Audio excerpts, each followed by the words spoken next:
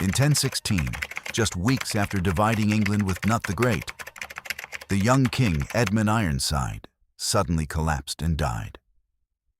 The chronicles recorded briefly, he passed. Yet legend whispers something far darker. That Edmund was murdered in a privy, stabbed from beneath the wooden seat. Was it natural death, or a carefully hidden assassination? This mystery has left Edmund remembered not for his courage in battle, but as one of the shortest-lived and most forgotten kings of Anglo-Saxon England.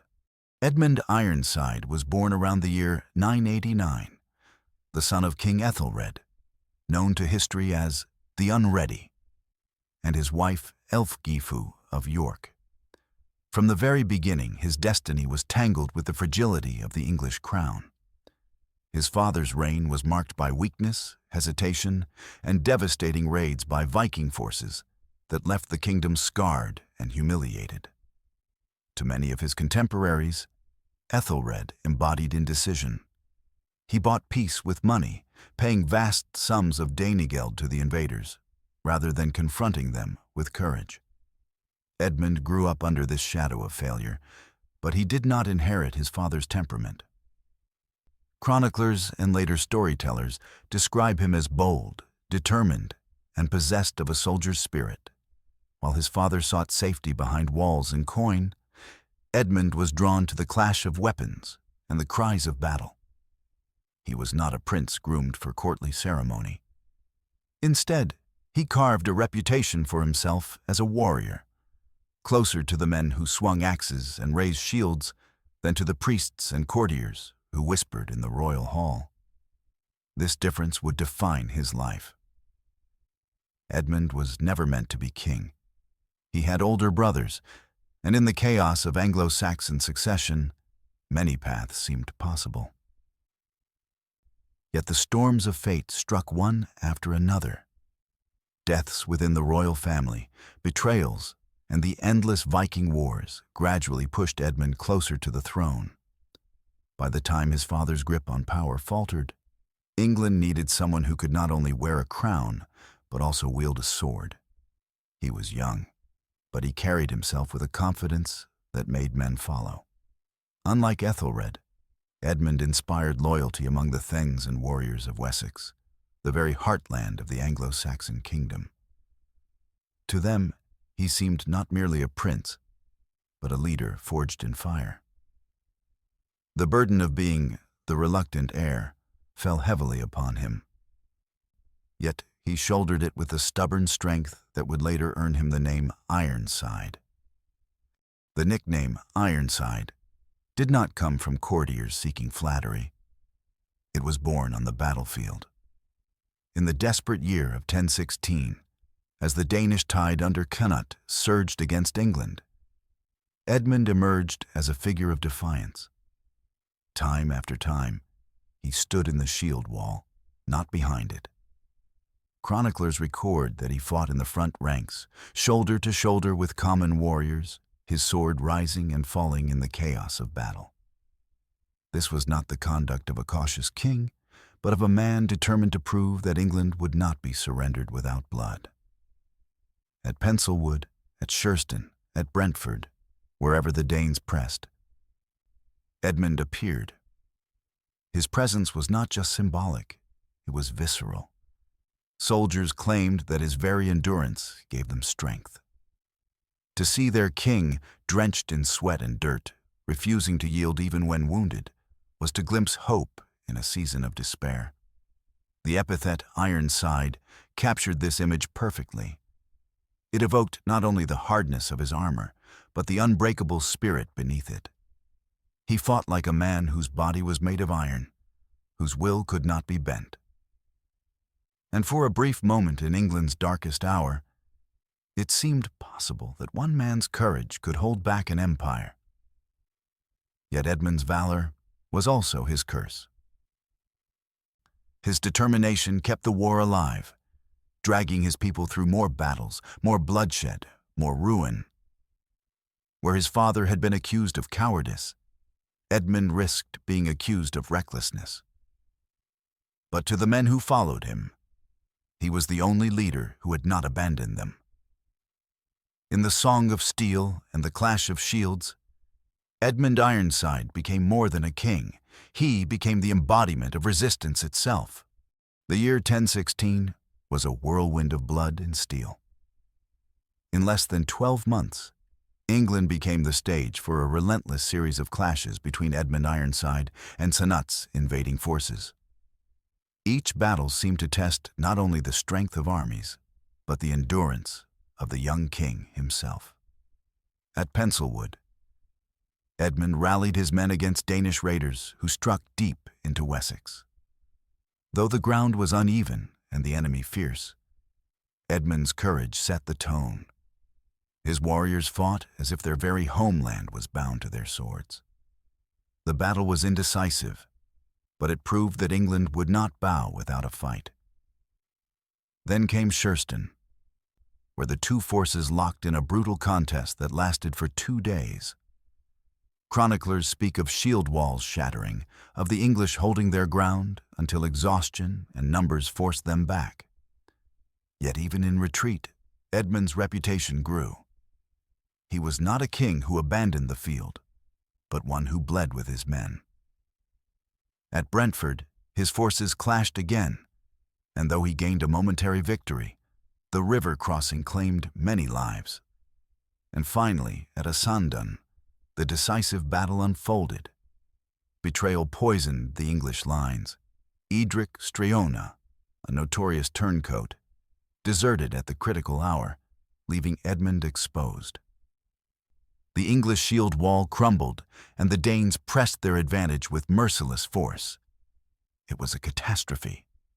The flower of Anglo-Saxon nobility was cut down, and the dream of driving Cnut from England seemed shattered. Yet even in this darkest hour, Edmund did not submit. His body bruised, his army broken, he retreated but did not surrender. Where others might have fled into exile, Edmund chose to negotiate from strength, demanding that the kingdom itself be divided rather than wholly lost. The battles of 1016 were not just military events. They were the crucible that defined Edmund's legacy. His courage was undeniable, but his defeats underscored the harsh reality. One man's iron will could not forever stand against the tide of an empire. The clash at Asandun forced both sides to consider what endless war would mean. England had been bled dry. Villages burned, fields trampled, thousands dead. Even Cnut, despite his victory, understood that conquest without compromise would only invite rebellion. Thus, the two kings came together to negotiate a settlement. The Treaty of Alney, as it would later be remembered, carved England in two. Edmund would retain Wessex, the ancestral heartland of the Anglo-Saxon dynasty, while Cnut would rule over Mercia and the north. It was a fragile balance, a kingdom literally split along its spine. For Edmund, the treaty was both a triumph and a humiliation. On one hand, he had preserved the core of his inheritance. Wessex, cradle of Alfred the Great, remained under English rule. On the other, he had conceded vast territories to a foreign invader. It was a compromise born not of trust, but of exhaustion. Both men knew the agreement was temporary, a pause in a war destined to resume. Still, there was something remarkable in Edmund's stance. Unlike his father, who had so often surrendered coin and pride to buy peace, Edmund had forced the Danes to recognize him as an equal. His sword had not been wasted. He had proven that England was not yet fully conquered. But fate was cruel. Barely weeks after the treaty was sealed, Edmund's body gave out, or perhaps treachery claimed him. On November 30th, 1016, the king who had fought so fiercely for his kingdom was dead. The fragile compromise he had carved out collapsed instantly, and Cnut seized the whole of England. The treaty that was meant to buy time became nothing more than a historical footnote. overshadowed by the mystery of Edmund's sudden death. It was the final twist in a year already soaked in tragedy. A reminder that in medieval politics, a sword could win a battle, but a whisper in the dark could decide the crown. On November 30th, 1016, the story of Edmund Ironside ended as abruptly as it had burned so brightly. Barely weeks after securing the Treaty of Alney, the young king was dead in Oxfordshire. The chronicles, usually quick to detail battlefields and betrayals, became strangely silent. They recorded only that he passed, offering no explanation, no cause, no scene. For a man whose life had been lived so publicly on the battlefield, his death arrived cloaked in shadows. Yet the silence of the record did not last. Legends soon filled the void, and they painted a picture both grotesque and unforgettable. According to one tradition, Edmund was slain in the most humiliating of places, a privy. The tale claims that while the king sat unguarded, an assassin hid beneath the wooden seat and thrust a blade upward, striking him fatally. It is a story meant to shock, to degrade, to turn a warrior king into a cautionary tale. But was it true? Or was it the invention of later centuries, seeking to wrap Edmund's short reign in sensational horror? To contemporaries, the exact manner of his death may have mattered less than the timing. He died when England needed him most, when his people looked to him to resist complete subjugation. The suddenness of his passing fed rumors of foul play, for how could a man so fierce, so unyielding, simply vanish overnight? Whether by illness, by old battlefield wounds reopening, or by a dagger in the dark, Edmund's death felt unnatural. It was not the end his valor deserved. The warrior who had fought in shield walls, who had refused to bow even at Asandun, was gone. And in his absence, the fragile balance of power shattered, leaving the way open for Cnut to claim the crown unchallenged. If there was one man who benefited most from Edmund's death, it was Cnut. The Danish prince, victorious at Asandun, but restrained by treaty, now found his path to absolute power miraculously cleared. With Edmund gone, there was no rival king, no divided realm. Within days, Cnut was recognized as the sole ruler of England. The convenience was too perfect for many to accept as coincidence. Whispered accusations spread through monastic halls and noble courts.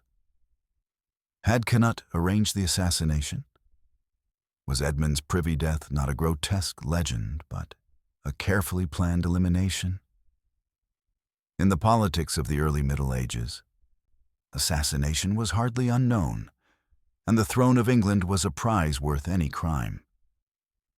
Yet the evidence is elusive. No chronicler of the time directly accuses Cnut.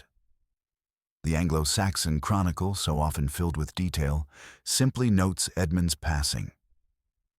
Later medieval writers, perhaps influenced by the taste for drama, gave birth to the more lurid versions of the tale. Still, the suspicion lingers, because the logic is undeniable. With Edmund alive, Cnut's authority remained divided. With Edmund dead, he ruled undisputed. Some historians argue that Cnut may not have needed to soil his hands.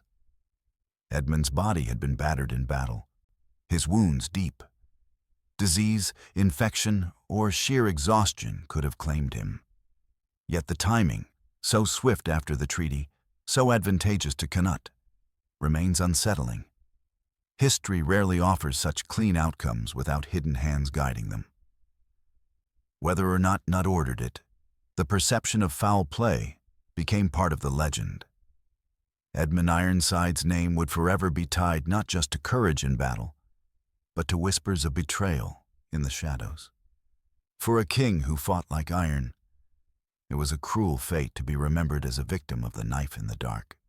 History often lives in the tension between what is written and what is whispered. Edmund Ironside's death is a perfect example. The earliest chronicles, closest to the moment, offer little more than silence. They do not describe daggers in privies or assassins in shadows. They record only that the king died in late November 1016. For some historians, this very absence suggests that his death was natural, perhaps the lingering consequence of wounds from Asandun, or an illness brought on by exhaustion. And yet, human imagination abhors silence. Over time, storytellers embroidered the event with grisly details. The image of a warrior king cut down on the battlefield fit the heroic mold. But the tale of a king stabbed on the toilet was something different. It was not merely death, but humiliation. In medieval literature, the privy was a place of vulnerability, shame, even mockery. To place Edmund's death, there was to recast him not as a hero, but as a cautionary tale of how power can end in degradation. The question becomes, who invented this story? Some suggest it was Norman chroniclers, writing decades later, eager to depict Anglo-Saxon kings as weak or laughable. Others think the tale may have originated in Denmark, crafted to elevate Canut's image by lowering that of his rival. What is clear is that the myth endured. Generations repeated it, embellishing details until it became inseparable from Edmund's legacy. Modern historians attempt to strip away the legend, pointing to the likelihood of natural causes. But the damage is done. In the public imagination, Edmund's fate is not that of a noble warrior succumbing to wounds, but that of a king meeting a grotesque, undignified end. The truth may never be known, but the power of the legend has ensured that Edmund Ironside is remembered less for his iron courage and more for the whispered scandal of his death. Edmund's reign lasted barely 7 months, from April to November 1016. In the long annals of English kingship, his time on the throne is a flicker, a brief spark that burned bright and then vanished. Yet within those months, he fought more battles, faced greater crises, and bore heavier burdens than many rulers did in decades. He inherited a kingdom fractured by invasion, betrayed by its own nobility, and drained of resources by years of Viking aggression. To hold it together, even for a moment, was itself an achievement. And yet, Edmund did more than hold on. He fought back. His defense of Wessex and his refusal to yield entirely to Canute preserved the last dignity of the Anglo-Saxon line, even as the tide of history turned against him. But brevity is cruel to memory. Kings who reign for decades leave monuments, reforms, dynasties. Edmund left only scars on his body, on his kingdom, on the soil of battlefields where so many fell beside him. His triumphs were temporary, his compromises fleeting, his legacy overshadowed by the might of the Danish Empire. When people remember the early 11th century, they often recall Canute the Great, conqueror, lawmaker, ruler of a North Sea empire. Edmund, by contrast, fades into the background, reduced to a footnote or a lurid anecdote. His courage is acknowledged, but his reign is seldom celebrated. He became one of England's most forgotten kings, his iron will buried beneath the weight of his own short-lived crown. Yet perhaps that is precisely why his story matters. Edmund's reign is a reminder that not all legacies are measured in length or grandeur. Sometimes the measure is resistance, the refusal to surrender even when defeat is certain. For 7 months, Edmund Ironside stood as a wall of iron against the tide. That too is a kind of kingship. The tragedy of Edmund Ironside is that his death eclipsed his life. For a man who fought so fiercely, who inspired loyalty in a kingdom teetering on collapse, the manner of his passing came to dominate the memory of his reign. Instead of being remembered for the shield walls he led, the victories he snatched against impossible odds, or the treaty that momentarily held Nut at bay, He was remembered for whispers of humiliation in a privy. Had Edmund lived longer, history might have unfolded differently. With time to consolidate Wessex, he could have entrenched Anglo-Saxon resistance, forcing Connaught into a prolonged stalemate. England might have remained divided for a generation, the dynasty of Alfred the Great preserved against the northern tide. But fate or conspiracy denied him that chance. What survived was not his kingdom, but a story. And stories, once told, have a way of reshaping legacy. While Connaught was celebrated as the architect of a North Sea empire, Edmund became a ghost. His image reduced to a cautionary tale, his iron courage buried beneath mockery and rumor. His reign became a forgotten interlude, his death a grotesque anecdote repeated more than his deeds. In this way, Edmund suffered a double defeat. He lost not only his battles, but also his memory. His enemies conquered his body. Later, storytellers conquered his reputation. He was, in the cruelest sense, erased.